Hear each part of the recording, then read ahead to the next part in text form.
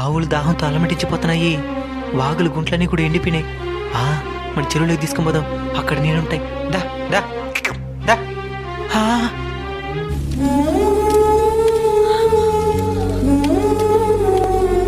ఏం మామ ఎక్కడ తీసుకొచ్చిన ఆవునా? దాహంతో అలమటిస్తున్నాయిరా, నీళ్లు తాపిద్దామని తీసుకొని వచ్చిన. ఇక్కడికి వస్తే చెరువే ఎండిపోయి ఉంది. చెరువు ఎండిపోయి వారం అవుతున్నది మామ.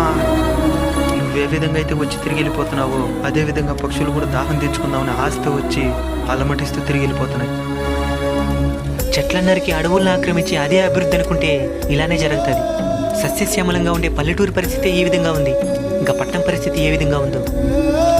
రే చరణ్, నువ్వెళ్ళి మన మేడ మీద పక్షులకి నీళ్లు గింజలు ఏర్పాటు చేయి. సరే మామ. రే గిరి, నువ్వెళ్ళి మన ఇంటి దగ్గర కుళాయి నీళ్ళని ఏర్పాటు చేయి. వీటి దాహం తీర్చుదాం. సరేనా? మీరు కూడా మీ వీధులు తిరిగే మూగజీవులు, ఆవులు కావచ్చు, కుక్కలు కావచ్చు, ఆకాశంలో తిరిగే పక్షులు కావచ్చు, వాటి దాహాన్ని ఆకలిని తీరుస్తారని ఆశిస్తున్నాను.